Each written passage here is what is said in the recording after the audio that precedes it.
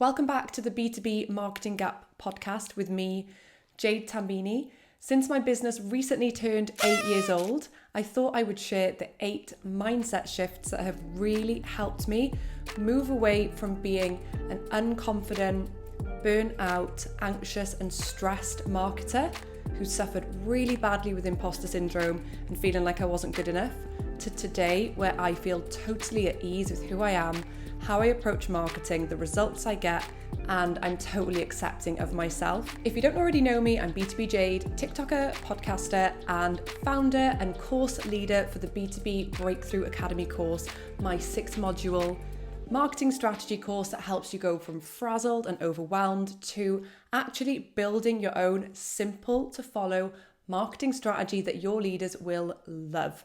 I built the course because there was nothing on the market that I felt I would have wanted when I was a marketing manager. You can look through the links in the description box if you want to find out more. Given that I just turned 8 and it's technically my birthday month, I did what any normal B2B marketer would do to celebrate. I sat on my own and ate cake. It got me thinking, do people even think that marketing's a proper job? Like, even my husband, who is the most supportive guy you could possibly wish for, when I tell him it's my business birthday, it's like he carries on buttering his toast going, cool. And I'm like, there's something about being in marketing where we aren't taken seriously. I don't know if that's just me. Let me know in comments if you feel the same way. So let's jump into the 8 mindset shifts that made me a better B2B marketer. First up, coming to the realization that marketing is just a part of my life, one piece. It's not all of my life. So if it's not going so well, I know that that's okay. I know that there's loads of other things going on in my life. But there was a time when I really threw myself into my job. When I worked in corporate and I was a marketing manager back in around 2012, I loved my job. I was in a brilliant company, but I overworked myself. I would be in the office all the time. I actually had a row from my boss saying, Jade, you need to take holidays. I was suffering with an anxiety disorder at the time and work was my escape. So I only really had myself to blame. And there are some benefits that came from that in that now I'm a lot further advanced in my career than maybe I would have been if I'd not been so dedicated to it. But marketing became my entire life. In my spare time, I was volunteering with the Chartered Institute of Marketing. I even had 3 weeks off once and committed myself to just setting up their awards show for the Chartered Institute of Marketing Wales. I wasn't paid, I wasn't asked to do it. I just wanted the awards ceremony to be really special and really amazing. And I didn't need to put that pressure on myself. Today, 8 years into running my own business, and now that I've got children, I've realized that marketing is a part of my life. And actually, that's freed me up to feel so much happier. Because if your happiness is dependent on whether or not you're doing well in your job, that probably means you're putting a bit too much emphasis on its role in your life. Things that bring me joy are things like taking my kids out on their scooters in the evenings, after dinner, before bath time, and just watching them scoot ahead of me. This really connects me back with the earth. It's the most simple joy for me. I love preparing meals for my family. I love going to the shop and picking out what ingredients I'm going to use. I love decluttering my house. Not many people realize I'm a minimalist, so I'm on this ongoing 3-year project to become a really true, simple life liver. So that's something that I really enjoy too. I love being with my friends, having fun. I love to watch a nice TV show, maybe put on my favorite YouTuber, and realizing that joy in life is not about achievement. That was a huge mindset shift for me. So ask yourself, what is it in your life that brings you joy? And are you only happy if work seems to be going well? Next up, if you're in a business and you're the marketing manager, I highly recommend repositioning your role in your own head as becoming the internal consultant to the business. And what I mean by this is picture that you are just planted in this business. You're not part of it. You are a person who's been put in there to suggest what would be the best thing to do. So the success and failure of the business is nothing to do with you. It's almost irrelevant. You're essentially emotionally detached from what that business chooses to do. Now stick with me, because I understand that that sounds like signing out from a business and not caring about the business, but it's actually the opposite what you end up achieving. By emotionally disconnecting yourself from a business and the dramas and the ups and downs and the changing goalposts, you actually can be a lot more grounded and calm.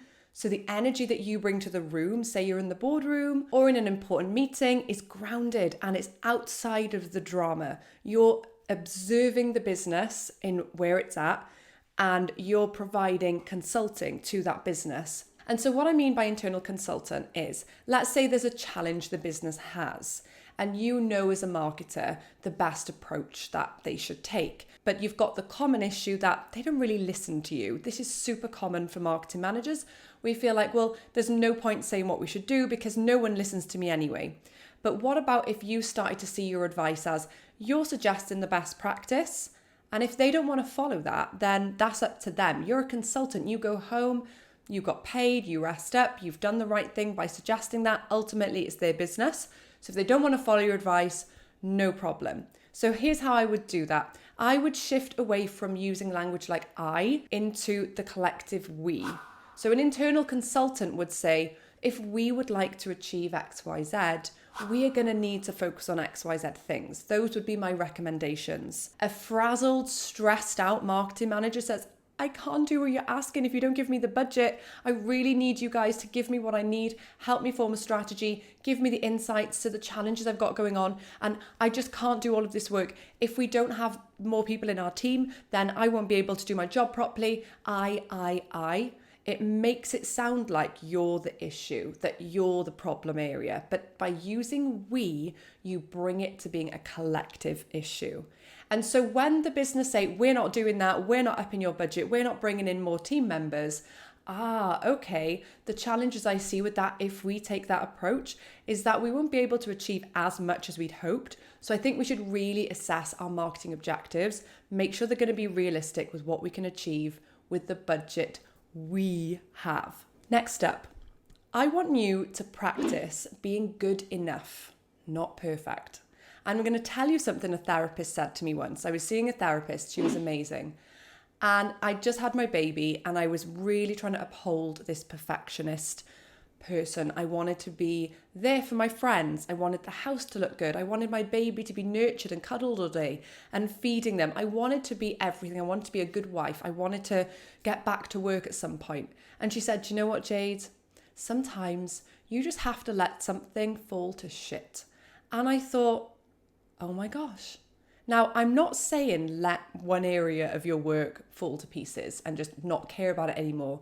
But it was such a relief to hear someone say that being perfect is such an unhealthy thing to be aiming for. And actually, we can just relax a little bit. Being good enough at what we do is fine.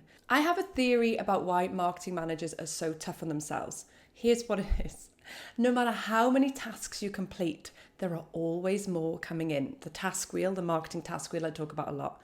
They're always coming in the door and you're just doing the tasks and doing the tasks and doing the tasks. And then they're like, where's the leads? Why aren't you getting results? What are we even paying you for? And you're going, oh my gosh, I'm not perfect. Well, the letting something fall to shit is recognizing that you cannot continue this way.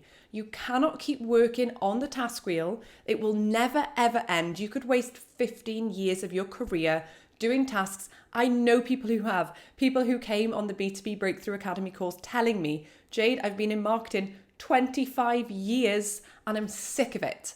So what are you going to do to get yourself off that task wheel, to recognize that you are good enough exactly as you are, that the things you don't know, you can't possibly know them. And the proof for that is that you don't know them, and that is okay. So let's get comfortable with what we know now, recognizing that we haven't learned more. Maybe we have got a marketing degree. I didn't have a marketing degree. My imposter syndrome was huge.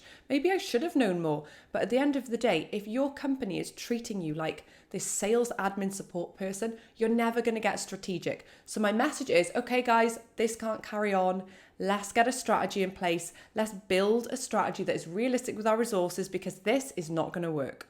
Where you want to get to with your marketing role is that you're working toward a well-oiled marketing strategy that does not need you to be all guns blazing 50 hours a week. We need to have quieter days where we can problem solve. We need to have days where we're just doing the tasks that are involved within our marketing strategy. You do not need to be perfect. You do not need to be 110% all day, every day, just to meet the bare minimum. So try and work on accepting who you are with the skills you already have, whilst making a plan for becoming more strategic. And speaking of becoming more strategic, I have linked a nice guide to get you started. Download the guide, have a little look. It's in the description box. It's got the 6 steps to creating your marketing strategy, including the relevant steps you're going to need and a video training, so that you can go through that and see if there's any gaps in how you're approaching marketing strategies. Something that really links in with making sure that you know that you're good enough as you are, and a huge, possibly the biggest mindset shift that I had in my journey so far, was recognizing and truly deeply believing that my achievements do not equate to my value. This was a really big one because it goes against everything we've learned growing up. For example, with my children, when they complete a task, I don't say, "Wow, that's amazing. Look what you did. That's fantastic." I say, "Oh, you drew a picture and you used blue. Could you tell me what you did with the ears here? They're so interesting." I'm talking to my kids about the process they're going through instead of giving them praise for something they made. And so while, yes, at times we need to give praise to our loved ones, what we're doing with that is we are building them to believe that what they achieve and impressing us is what brings them worth. Instead, I celebrate the process they've gone through. I lift them up by talking to them and showing interest in what they're enjoying doing. So similar for me, I had to unlearn the societal belief that your worth is based on your achievements. You only have to go to a party and someone says, "Hi, my name's Sam, like, what do you do?" "Oh, interesting. And how does that work?" And then, "Oh, what does your husband do? And where do you live?" And these questions are really like boiling down you as a person to what you do. And so I challenge you to see that whether you behave and perform really well, or whether you behave and perform poorly, your worth doesn't change. And if you're the type of person like me who believes that a person who is homeless with absolutely nothing that they own, and maybe they're struggling with a huge amount of different things where they're not able to work, maybe they're struggling with addiction, I don't see that we have a separate amount of worth. Maybe our lives have taken a different trajectory, but our life is worth exactly the same. So if you uphold those values about people who have a different life circumstance than you, why would you internalize and believe that you're not as worthy and you're not as good if you're not achieving in your job right now? So if you're like me, when you're a marketing manager and you're feeling like, "I'm actually not doing well in my job," I'm not going to sit here and go, "Oh, it's okay, you're amazing, you're doing great." I'm going to say, well, even if you're not doing very well right now, even if your marketing strategy stinks like my first marketing strategies did, they weren't even strategies. I didn't know what I was doing. If you're in that boat, I'm here with you. You can accept yourself. You have just as much value, whether you're achieving in your job or not. That leads us into a really nice psychology concept that I learn and absolutely love, and that plays into every part of my life right now. A theory called unconditional self-acceptance. This idea that no matter how you perform, you are going to accept yourself, you're going to love yourself, you're going to believe that you are worthy, and it doesn't matter how you perform. This has been the single most transformative thing in my life. And actually, what we don't talk about very much on the channel in terms of the B2B Breakthrough Academy course is just how huge the mindset shift work is. So we're not just building a 6-step marketing strategy that you can present to your leaders and feel confident about and truly learn how to make a strategy. We're also overcoming imposter syndrome, better dealing with our mental health, accepting ourselves deeply. There's a whole module dedicated to improving your mindset on all these areas. Unconditional self-acceptance, again, goes against most of what we see in general society, and that is why it is so tough to achieve. Genuinely, if my course got some negative reviews, I would feel healthy, disheartened emotions. I would not feel anxious, overwhelmed, depressed, enraged. But about 3 years ago, I think I would have been so upset that I may have even taken my course down and figured out what had gone wrong until I could put it out there. Just so happens the course is getting amazing reviews, but I enjoy the achievement of that. It does not impact how well I rate myself. So if you think about unconditional self-acceptance as a concept that's about no matter how well I behave, no matter how incredible my achievements are or how poor my achievements are, I can still accept and love myself. And really, this was just a coming home process to how I treat others. If my friend came up to me and said, I launched a course and no one bought it and I gave it for free and the feedback was that it wasn't very good, I would be like, hey, let's go get an ice cream. Go easy on yourself. That's okay. You'll try again. Why would I have any talk other than that to myself? So I truly feel a deep level of unconditional self-acceptance. I love myself, and no matter what. This really helps in other areas of my career, such as negative TikTok comments. I often get marketing bros telling me how it is and shouting down at me. And I don't take it personally, because sometimes they might have a point as well. But if you're really wrapped up in your worth being attached to your achievements and self-esteem, then you're going to really let that get to you. But once you've truly disconnected your achievements from your self-worth, you can really look at things objectively. And this will work for you in the boardroom. You don't know, why haven't you gotten results? All that sort of stuff. You can really view it as just words that are sitting there, and you can look at them and then you can break it down and figure it out and think, oh, maybe they've got a point there. Yeah, that's a good point. I should probably work on that. On the other point though, I would suggest that we look at XYZ. Unconditional self-acceptance. Look it up. This takes us nicely into unconditional life acceptance. So I didn't actually tell you who created these, but I heard about them from a life coach I was working with, Robert Bray, who has really helped me with developing unconditional self-acceptance. But the original creator of these concepts is a guy called Dr. Albert Ellis. He's not just some random guy who wrote a couple of books. This is game-changing stuff. He was the founder of CBT. If you've ever had therapy, you'll know that it's one of the most recognized forms in the world. And so he came up with unconditional self-acceptance and also unconditional life acceptance. And this is a really good one if you're struggling with imposter syndrome. Maybe you're catastrophizing things like, what if I lose my job? What if my boss doesn't rate me anymore? What if everyone in the company thinks I'm useless? What if losing my job means I can't pay my bills and then my friends leave me and then I got to get rid of my car? Now, I understand that this is hard to hear, and this, dependent on your life circumstances, losing your job can be really catastrophic versus very inconvenient because you need to get a new one. I understand that. What I am saying is that a lot of our suffering is created by our catastrophizing thinking. So similar to unconditional self-acceptance, unconditional life acceptance is where we unconditionally accept whatever life is going to throw at us. Now, because I've worked on this stuff for such a long time, I would almost say that I'm a little bit radical with this. Things that freak and stress other people out just simply don't bother me. But what's good is that I have a healthy concern for negative things happening in the world, but I'm much able to spring into practical action mode because I'm not doing additional layers of berating, catastrophizing, awfulizing. I'm simply saying, that is really not what we want. That is really unfortunate. Okay, what can we do? It makes you have much more of a practical mindset. So one of the things that you can do is visualize the issue that you're scared about. Okay, my boss is going to think I'm useless. Tell me now, think about it. Why is that awful?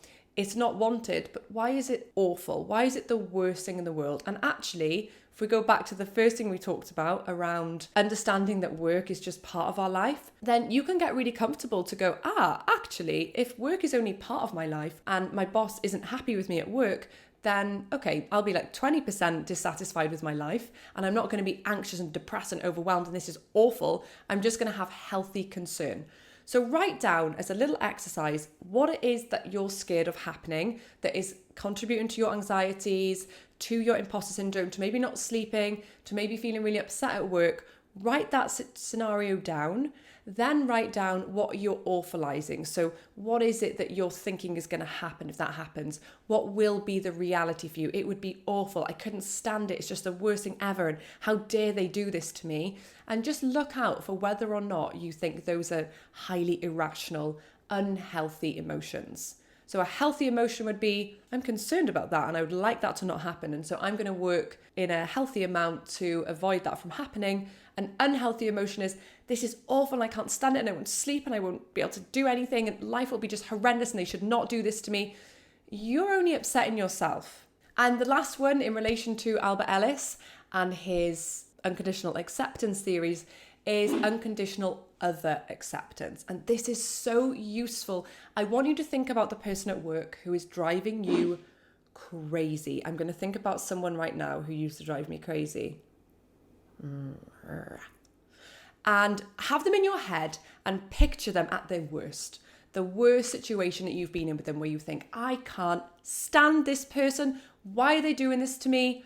And now I want you to think of them as a fallible person who can make mistakes, who ended up that way for a variety of reasons. They have the genetics they were born with. Some people are generally more caring and considerate and empathetic and sensitive. Some people are not as naturally that way, but maybe they're incredible at practical stuff like organizing their home or fixing things. Maybe the other one can't pay bills even though they're incredible with people. So no one is perfect. Everyone has their issue areas. There's also lived experience to bring into that. So sometimes very angry people is because they aren't processing their emotions or they feel shame about their emotions. It's just one topic. And so anger comes out because they're not able to vocalize, hey, I'm feeling like since that happened, this. They're not able to do that. They haven't learned those skills and it comes out as anger. And so by looking at the person, seeing a mixture of genetics, seeing a lived experience that you haven't had either, seeing that in reality, and this might sound quite radical, whatever is going on in their brain and whatever they've been through, if that was your reality, you would react the same.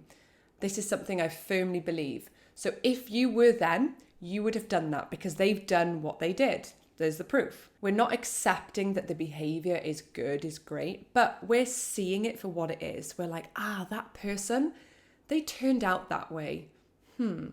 I wonder what led them to be like that. How I react is going to be based on how I go about my way in the world.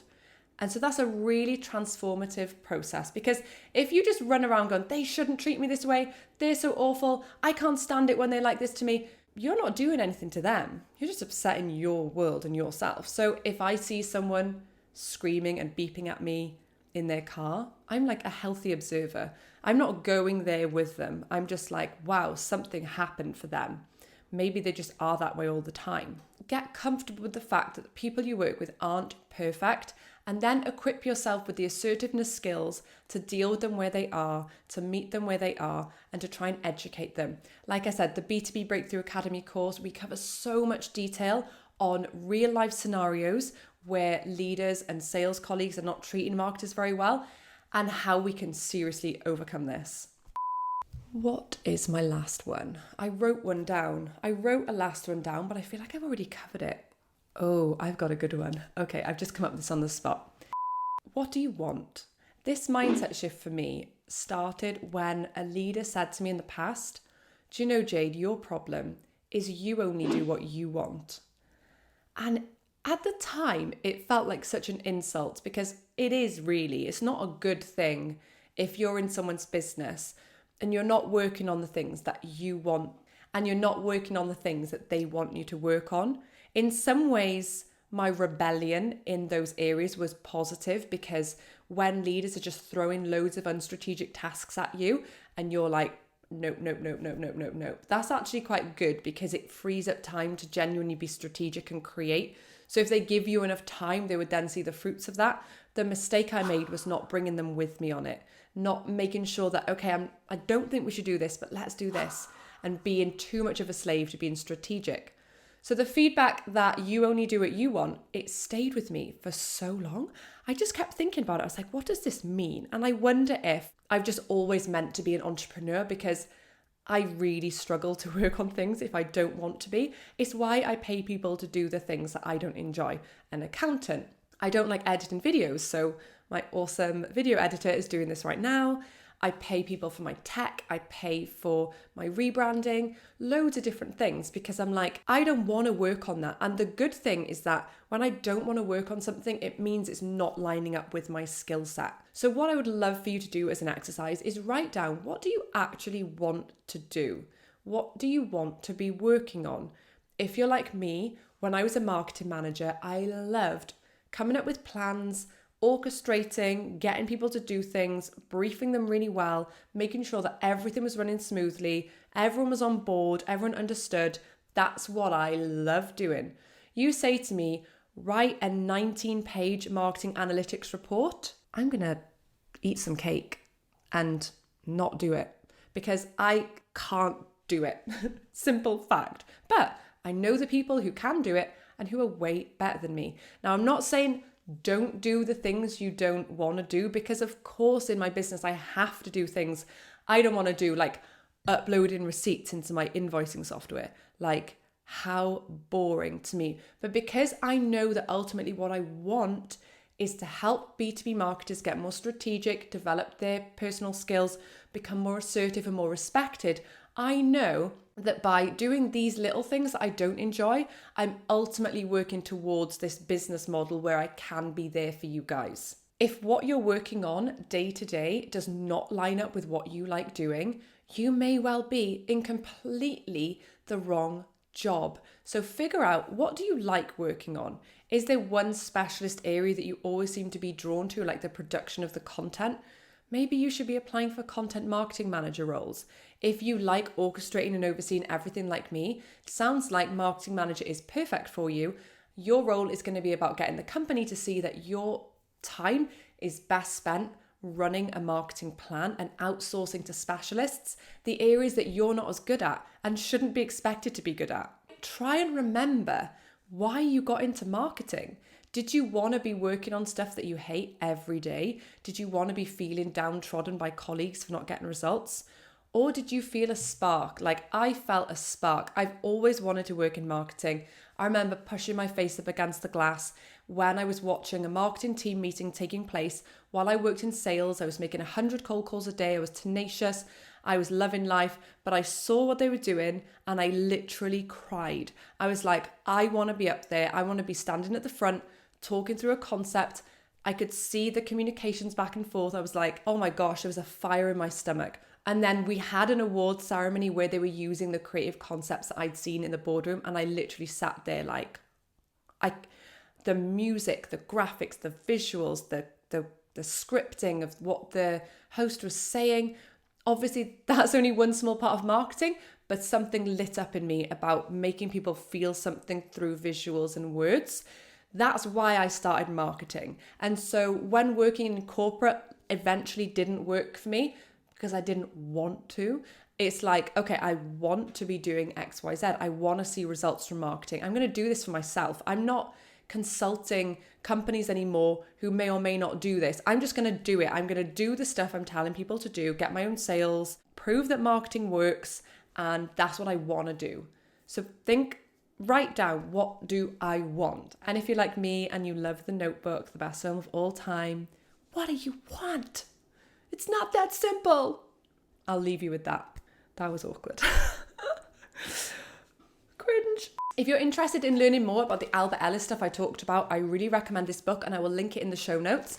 The How to Stubbornly Refuse to Make Yourself Miserable by Dr. Albert Ellis. This is going to really get you started with some exercises on how you can start to view life more rationally and unconditionally accept yourself, your life, and others.